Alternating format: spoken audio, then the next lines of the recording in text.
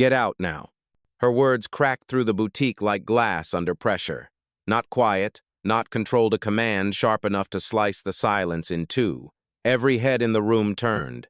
Every hand froze mid-gesture. The boutique, just seconds ago a temple of silk suits and polished marble, was now a courtroom with one verdict: he doesn't belong.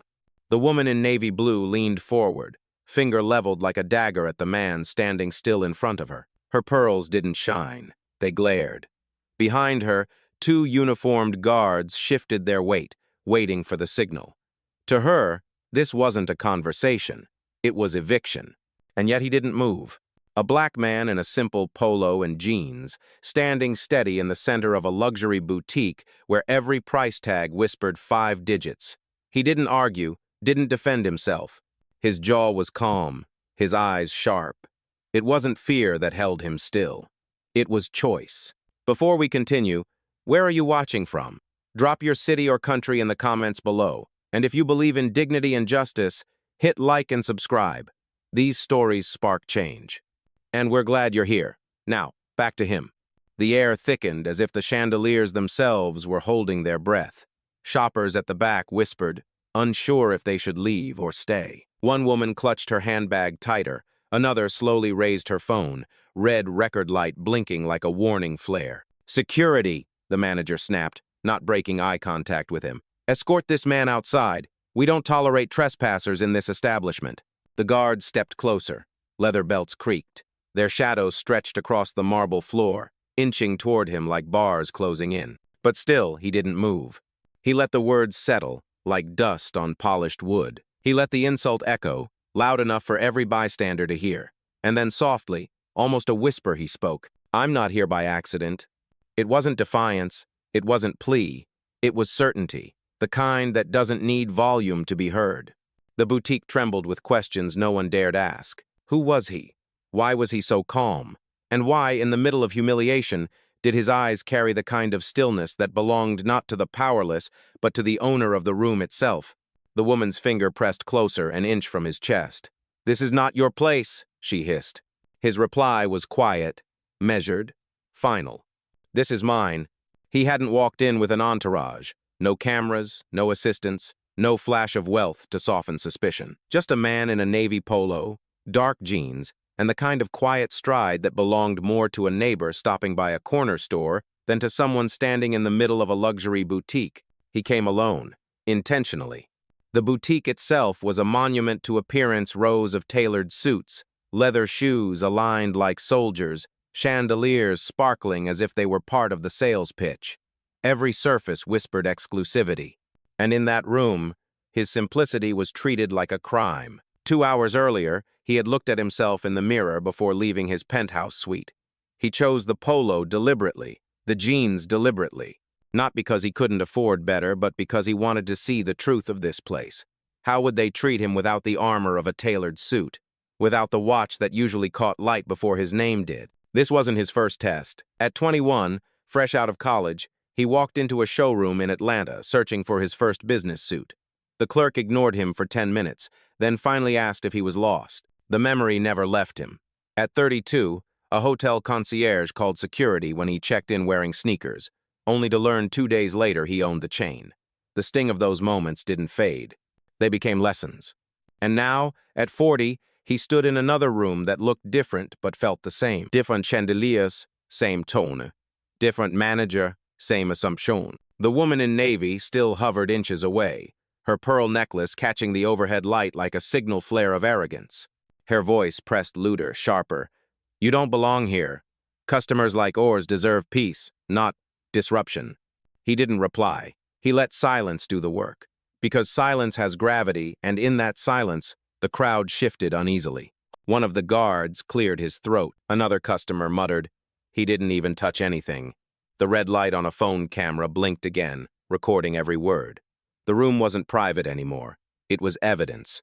Still, he remained steady, hands relaxed by his sides. He didn't argue about money. He didn't flash a card. He didn't list the investments that had turned his life from ignored into undeniable.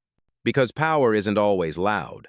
Sometimes it waits. And that waiting, that patience, unsettled them more than any outburst could have. The manager mistook it for weakness. The guards mistook it for hesitation. The crowd mistook it for compliance. But he knew better. This was the quiet before a storm that wouldn't shake him. It would shake them. The pause should have cooled the room. Instead, it fanned the fire. From behind the counter, a younger clerk with a sharp bob and sharper tongue stepped forward. She didn't whisper. She wanted the audience. "Sir, if you're not here to purchase, you're wasting our time. These suits are tailored for real clients, not browsers." Browsers. The word slid across the marble like grease. He turned his head slowly, eyes steady on her, but he said nothing. That silence, again too calm, too deliberate, and the silence gave her confidence. She mistook patience for surrender. "Security," she repeated, louder this time, motioning toward the guards. "Stand closer. Make sure he understands this isn't optional." The guards obeyed, boots tapping against the floor, shadows lengthening as they flanked him. Their presence was supposed to shrink him, to remind him where he stood outnumbered, unwanted, cornered. But he didn't shrink. He lifted his gaze, meeting each of their eyes in turn. Not defiant, not pleading, simply steady, as if he'd already measured the outcome and found no reason to fear it. One of the customers, a teenager in a hoodie, whispered to his mother, "Why are they treating him like a thief? He didn't do anything." The mother shushed him, but her eyes lingered, unsettled. The younger clerk crossed her arms, smirking. "I've seen this before. Walk in, act calm, pretend you belong. Then suddenly a missing wallet, a missing tie pin, merchandise gone. That's how it starts." The accusation hung in the air like smoke. Another shopper pulled out his phone, pressing record. The red dot glowed. Everyone knew what that meant. This wasn't just a boutique anymore, it was a stage. The manager caught sight of the phones and raised her voice higher, feeding the scene. "You heard her. Escort him out, before we call the police." The guards moved again, closer, one hand brushing against his shoulder. The room tensed, an invisible thread about to snap. Still, he didn't resist. His hands remained by his sides, open, calm. His voice, when it came, was soft but clear enough for every phone camera to capture. "I'm not moving."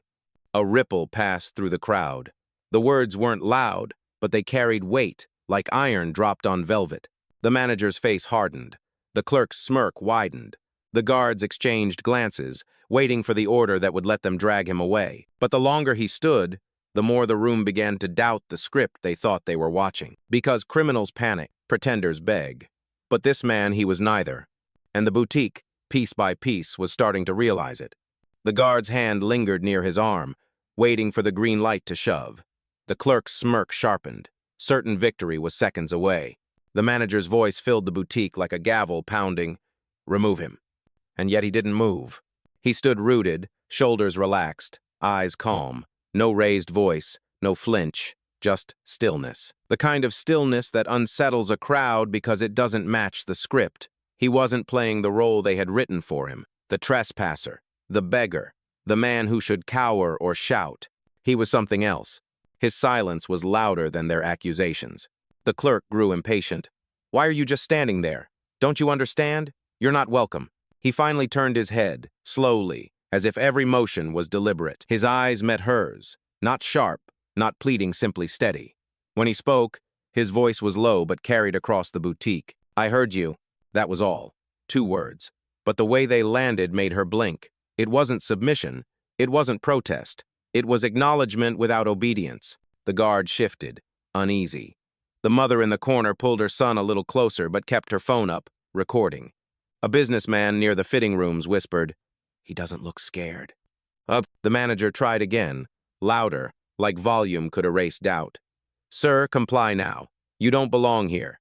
He exhaled slowly. It wasn't a sigh, it was control, a measured breath that kept him anchored when the room wanted to push him off balance. He remembered another breath like this, 20 years ago, standing outside a bank when a teller froze his account because activity looked suspicious. He'd stayed calm then, too, learning that storms burn out faster when you don't fuel them. Now here, in this boutique, the lesson returned. His calm wasn't weakness. It was strategy. He looked at the guards, then back to the manager. His voice came again, steady, deliberate. "I'm not here to fight, I'm here for what's mine." The words tilted the air. The clerk scoffed, rolling her eyes. "Yours? You couldn't afford the lining of a suit here." A ripple of laughter came from one of the guards, but it was nervous, not sure. The crowd wasn't laughing. They were listening. He didn't react. His silence returned, heavier now, pressing on the room like weight they couldn't ignore.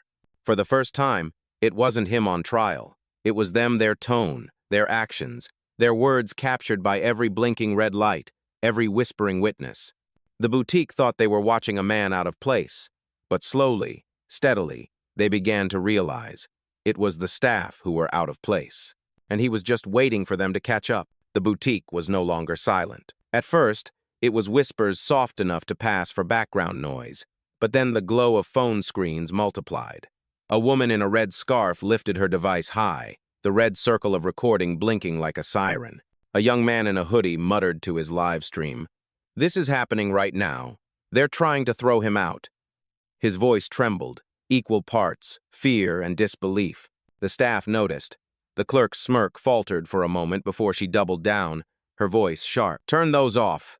Filming in this store is prohibited."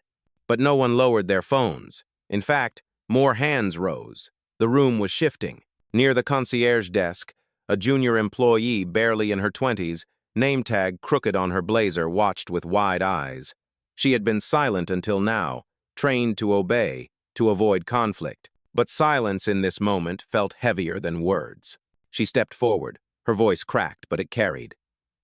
I saw his name on the schedule this morning. He had an appointment." The room stilled. The manager whipped around, eyes sharp enough to cut glass. "What did you just say?" The young employee swallowed hard but didn't retreat. "His name was in the system. I remember because it was highlighted in gold. Executive status." A gasp rippled through the onlookers. Phones tilted forward, capturing every second. The manager's face flushed red, not with shame but with fury. "Stay in your lane. You don't speak unless spoken to." "Oh." But the words came too late. The junior's small act had cracked the facade, and once one voice speaks, others follow. From the back, a middle-aged customer muttered just loud enough, "She's right. I heard her. She checked earlier." Another voice joined, firmer. "He didn't even touch a suit. Why are you treating him like this?" The guards shifted uneasily. Their authority relied on the crowd's silence. But the crowd was no longer silent. The manager snapped, louder now, trying to claw control back. "Everyone stop! This man is trespassing. This is private property, and we have every right to remove him." The junior employee shook her head, finding strength in the murmurs around her. "That's not true. His name was there." She glanced at him just briefly, and saw at calm eyes that didn't beg for her help but honored it. And in that look, she realized the truth. He wasn't powerless. He was patient. The boutique no longer belonged to the staff's narrative. It belonged to the witnesses. Every raised phone, every trembling voice, every whispered word was shifting the scales. And for the first time, the staff weren't just facing a silent man in jeans. They were facing a room waking up. The tension snapped like a stretched wire. The manager, cheeks flushed with heat, slammed her hand against the counter. The sharp crack echoed through the boutique, louder than any chandelier sparkle or soft jazz humming from hidden speakers. She wanted control back, and volume was her weapon. "Enough of this circus," she barked. "Sir, you are not a client. You are not welcome. You're disrupting paying customers, and you will leave now." The crowd stirred. A few gasped. One man near the window whispered to his partner, "Did she just say that out loud?" Phones tilted higher, capturing every syllable. But the manager wasn't finished. Her colleague, an older sales associate in a tailored gray suit, stepped forward with folded arms. His tone carried the polished edge of someone used to wielding authority. "Look at him," he said, voice dripping with disdain. "No receipt, no appointment card in hand. Dressed like that. Does anyone here truly believe he's here to buy?" The insult wasn't veiled. It was surgical, meant to cut. The clerk from earlier added fuel. "People like him walk in, pretend to shop, and before you know it, merchandise gone. We've seen it before. We won't be fooled." A hush fell, then a murmur spread: shock, disbelief, outrage. A woman in the back raised her voice for the first time. "That's profiling, and you know it." The associate ignored her, eyes locked on him. "Security, take him out. If he resists, call the police. Tell them we have a suspected thief." The word thief hit the air like smoke, curling, choking. It wasn't just accusation, it was a sentence. He didn't flinch. He let the insult hang, heavy, poisonous. Then softly he spoke, "You don't know who I am." The associate sneered. "I don't need to know. I can see enough." The crowd stirred louder now. One bystander muttered, "This is going too far." Another said, "He's done nothing wrong." The junior employee, the same one who had spoken earlier, stepped forward again, firmer this time. "He does have an appointment. I saw it. Stop lying." "Oh." The manager snapped at her, fury unmasked. "You're on thin ice. Another word and you're out of a job." But the young woman didn't back down. Her hands trembled, but her voice held. "Then fire me, but I won't lie for you." The boutique shifted. The air, once heavy with accusation, now buzzed with something else resistance. The manager, realizing control was slipping, raised her voice until it cracked. "Security now! Get him out before I lose my patience." The guard stepped closer, hands twitching near his arms. The associate leaned forward, smirking as though victory was near. But in that moment, what none of them realized was simple. Every word, every insult, every command, they weren't burying him. They were burying themselves. The first touch came like a spark on dry grass. One of the guards reached forward, his fingers closing around the fabric of the man's sleeve. It wasn't violent yet, just a grip, firm enough to move him, to prove authority.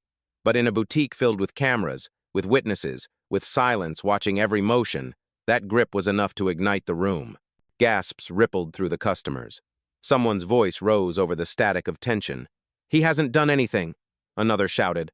"Let him go." But the staff doubled down. The manager, chest heaving, pointed like a conductor of chaos.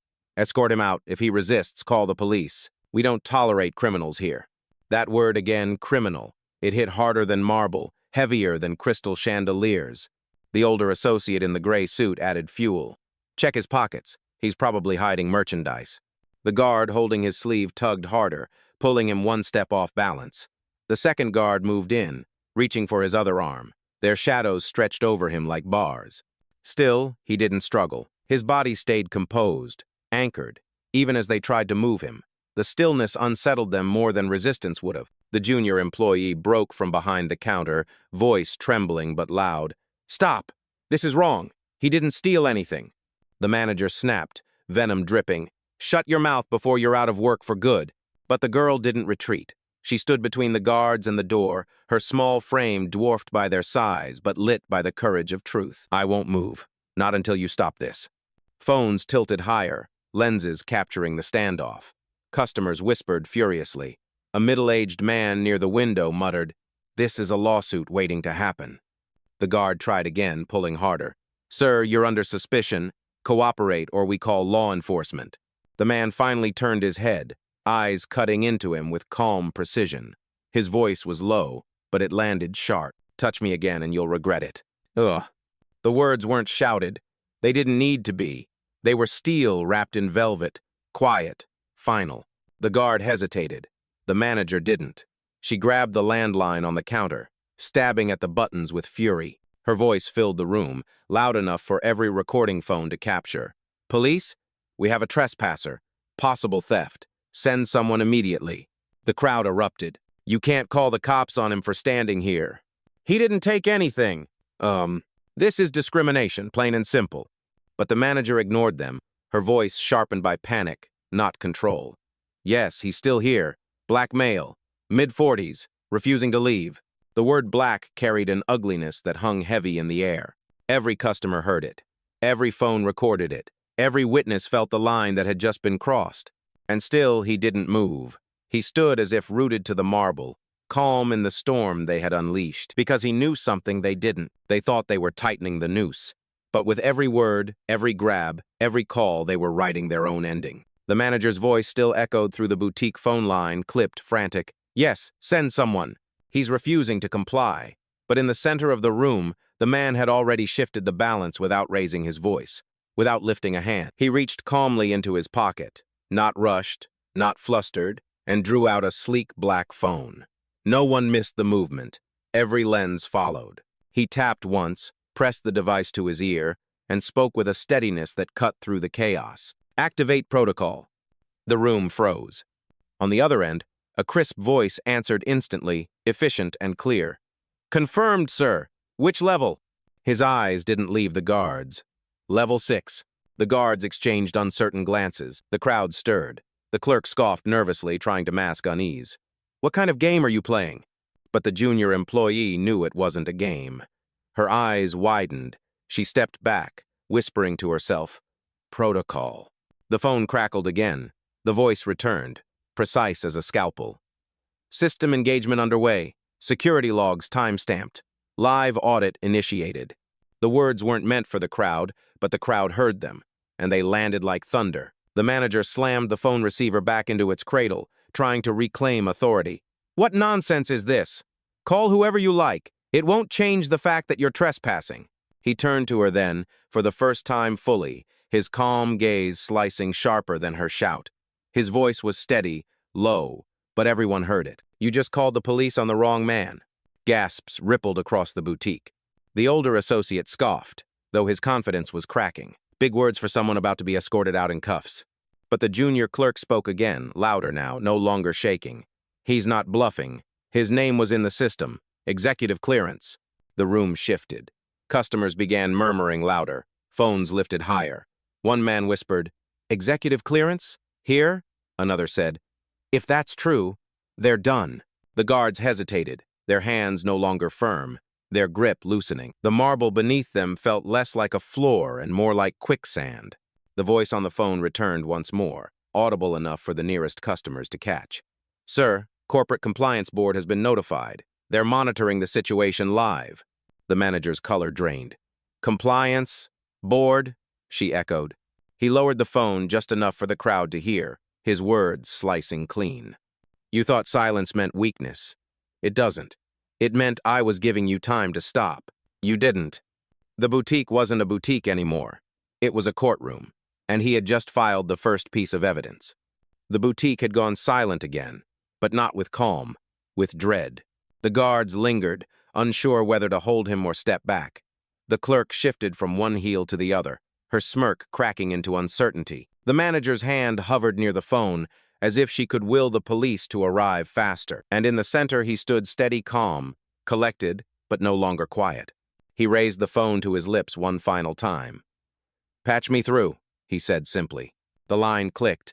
Then another voice filled the boutique firm, professional, undeniable. "This is legal affairs for the Carter Group. We are now monitoring this interaction in real time. Be advised, every statement, every action, every word is logged." The room shifted. Phones trembled in hands. Someone whispered, "Carter Group?" Another muttered, "Wait, that's him?" He lowered the phone, finally letting his own voice fill the space. "You wanted to know who I am?" His gaze swept across the staff, pausing on each face. "You called me a trespasser, a thief, a criminal. You said I didn't belong." The junior employee's breath caught in her throat. She already knew what was coming, but hearing it aloud was different, electric, historic. He stepped forward once, not rushed, but with the weight of ownership in every stride. "My name is Marcus Carter." The name struck like a hammer. Murmurs exploded, disbelief colliding with recognition. Phones tilted closer. Someone near the door whispered, "Carter, like Carter Group, the luxury brand?" He didn't let the noise derail him. "I am the CEO and sole majority shareholder of this entire chain." His hand gestured lightly to the polished suits, the glowing chandeliers, the very air they had tried to weaponize against him. "Every piece of clothing in this room falls under my signature. Every paycheck in this building is signed by my hand." The silence that followed wasn't emptiness. It was collapse, the crumbling of every false assumption stacked against him. The manager's face drained pale. That's not possible." Her voice shook. But the junior clerk stepped forward, eyes wide, voice steady. "It is. His name was in the system. Gold clearance. I told you." He didn't gloat. He didn't raise his voice. He let truth stand taller than volume ever could. "You thought I was nobody. That clothes defined worth. That skin defined risk. That silence meant weakness." His eyes swept the room again, landing squarely on the guard still frozen in place. "But here's the truth. You don't get to decide where I belong. I already own it." The words detonated. Customers broke into scattered applause. One woman said aloud, "I knew he looked familiar, Forbes cover. Last year." The staff didn't move. Couldn't move. Their power was gone, drained with every syllable he spoke, and the room knew it. The boutique, once a stage for humiliation, had turned into a theater of reckoning. The guards were the first to falter. Their grip, once tight on his sleeve, slipped away as though the fabric burned. One stepped back, clearing his throat, searching for instructions that no longer held weight. The other lowered his eyes, hands falling to his sides. The authority in their uniforms had evaporated in seconds. The clerk in the sharp bob tried to recover, voice brittle. "You can't be serious. This has to be a trick." But even she knew the words carried no power. They scattered into the murmurs of the crowd, ignored. The older associate in the gray suit shook his head, as if denial could rewrite reality. "Impossible. A man like you." He cut himself short, realizing too late the trap in his own words. "A man like you." Phones caught it. Customers heard it. The weight of bias was now carved in stone, recorded forever. And then came the manager. Her face, once flushed with the confidence of control, had drained into chalk white. Her pearl necklace no longer gleamed. It sagged heavy against her collarbone like a chain. Her lips trembled, but no sound came. For the first time, silence belonged to her. The customers, on the other hand, found their voices. It began as a slow clap, hesitant, uncertain. A woman in the red scarf let her hands fall together once, twice. Then the sound caught. Another joined. Then another. Within moments, the boutique was filled with applause, not polite, not forced, but raw. Applause that cracked through the marble floors, that shattered the narrative the staff had tried to build. The junior employee stood taller now, tears stinging her eyes as she clapped too. She had risked her job minutes ago, and now she stood on the right side of history, vindicated. One man near the fitting room spoke louder, proud, his phone still raised. "This is Marcus Carter. He saved this brand 3 years ago. Without him, this place wouldn't exist." Oh, recognition spread like wildfire. Faces lit with realization. The Forbes cover, the business articles, the name tied to global luxury. The puzzle pieces aligned in front of them, and the truth was undeniable. The manager's knees weakened. She gripped the counter for support, eyes darting to the door as though escape could erase what had already been seen, already been recorded. But there was no escape. Not from him, not from the witnesses, not from the truth echoing in the applause. Marcus stood steady in the center, not basking in the claps, not seeking validation. His expression remained calm, almost solemn, because this wasn't triumph for him, it was exposure for them. The boutique had collapsed, not in bricks or glass, but in dignity. The staff who once thought themselves gatekeepers were stripped of every ounce of power, standing small before the very man they had tried to erase. And the clapping only grew louder. The applause still thundered when he raised his hand once, a quiet gesture that brought the boutique back to silence. Not because he demanded it, but because authority doesn't need volume, it needs presence. His voice was calm, steady, deliberate. Enough. The words sliced cleaner than the manager's earlier shouts. The guards froze. The clerk's breath hitched. The manager gripped the counter harder, as though holding on could delay what was already inevitable. He lifted his phone again, pressing a single button.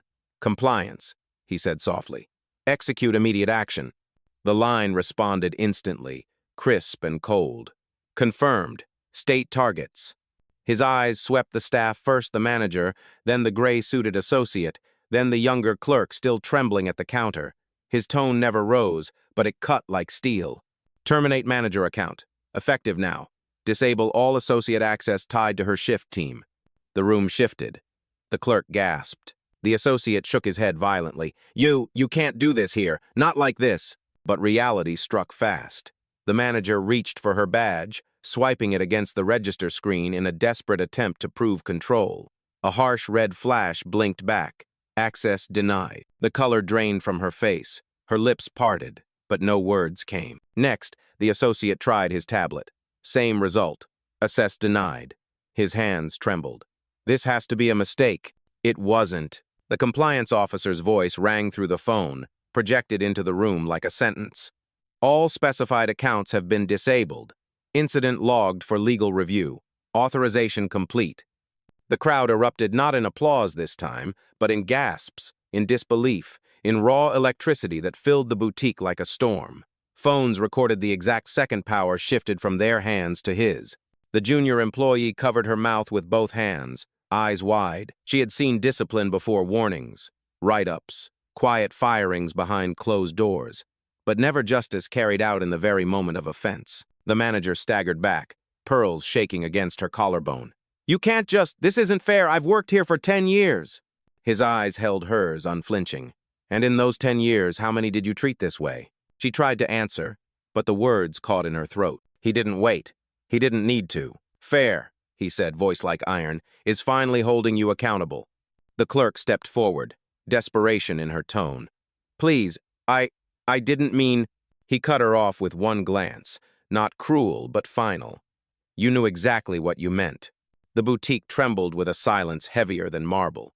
Customers stood taller, some nodding, some whispering justice under their breath. And as the staff collapsed under the weight of their own prejudice, Marcus Carter stood unshaken in the center verdict delivered, punishment swift. The boutique was hushed now. No shouting, no orders, no false authority, just silence thick enough to feel on the skin.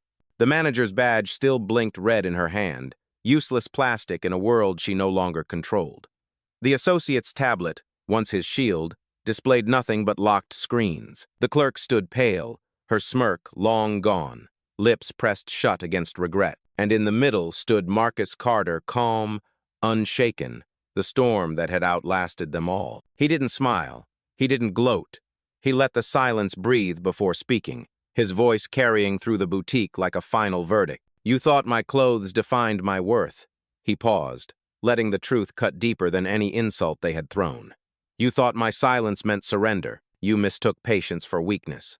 The customers leaned in, phones raised, recording history. "That," he said, his tone dropping like steel on marble, "was your last mistake." Gasps rippled. Some clapped again, but the applause was softer this time, not triumph, but respect. He turned slowly, his gaze sweeping the boutique, not just the staff, but the witnesses. The young employee who had risked her job to speak, the mother who whispered for her son to keep filming, the strangers who saw injustice and decided silence wasn't an option. "To everyone watching," he said, steady and clear, "let this be a lesson. Justice doesn't always shout. Sometimes it waits. Sometimes it watches. And when it moves, it doesn't ask permission." The words sank into the marble floor, into the glass cases, into the very air. They would live longer than this moment, carried in every video, every repost, every whisper retold. He slipped his phone back into his pocket, as if nothing extraordinary had happened, as if dismantling prejudice in real time was just another line on his schedule. Then he turned toward the exit, walking past the racks of suits that bore his name, past the guards who now stood aside in shame, past the customers who parted instinctively like a tide. As he reached the door, he gave the boutique one last sentence, quiet, unshaken, unforgettable. "I don't need a camera to prove what you did. I am the proof." The door shut softly behind him. And inside the boutique, surrounded by blinking phones and stunned silence, every soul knew the same truth.